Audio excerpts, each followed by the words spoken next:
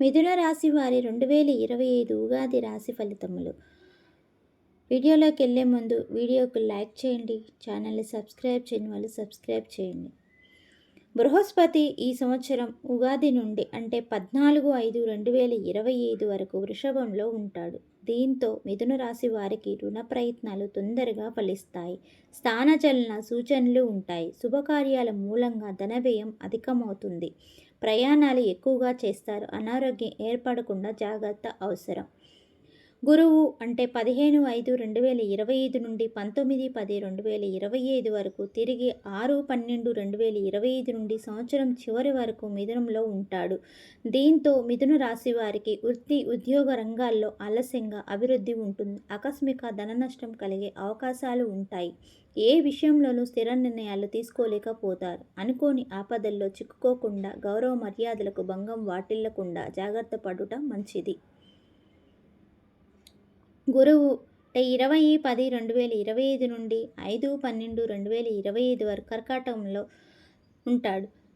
మిథున రాశి వారికి ధర్మ కార్యాలు చేయుట యందు ఆసక్తి పెరుగుతుంది. దైవ దర్శనం చేసుకుంటారు. కుటుంబ సౌఖ్యం ఉంటుంది. మానసిక ఆనందాన్ని అనుభవిస్తారు. పేరు ప్రతిష్టలు లభిస్తాయి. ఆకస్మిక ధనలాభం ఉంటుంది. శుభవార్తలు వింటారు. శుభకార్యాలు ప్రయత్నాలు సులభంగా నెరవేర్చుకుంటారు.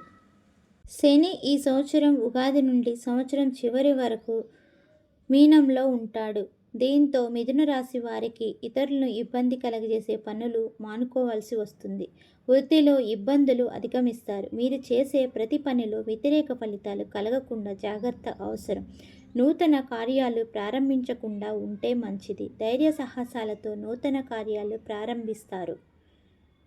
రాహువు ఈ సంవత్సరం ఉగాది నుండి అంటే 18/5/2025 వరకు మీనంలో ఉంటాడు. దీంతో మిథున రాశి వారికి మానసిక ఆనందం లభిస్తుంది. గతంలో వాయిదా వేయబడిన పనులు పూర్తవుతాయి. విందులు వినోదాల్లో పాల్గొంటారు. వృత్తిరీత్యా అభివృద్ధిని సాధిస్తారు.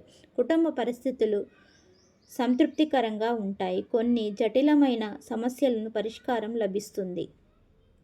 రాహువు ఈ సంవత్సరం అంటే 19/5/2025 నుండి సంవత్సరం చివరి వరకు కుంభంలో ఉంటాడు.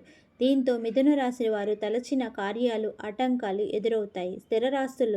స్థిరాస్తులకు సంబంధించిన సమస్యల్లో జాగ్రత్త ఉండడం మంచిది. మోసపోయే అవకాశాలు ఉంటాయి. ఆర్థిక పరిస్థితులు ఆందోళనకరంగా మారుతుంది. నూతన కార్యాలు ప్రారంభించరాదు. ప్రయాణాలు ఎక్కువ చేస్తారు.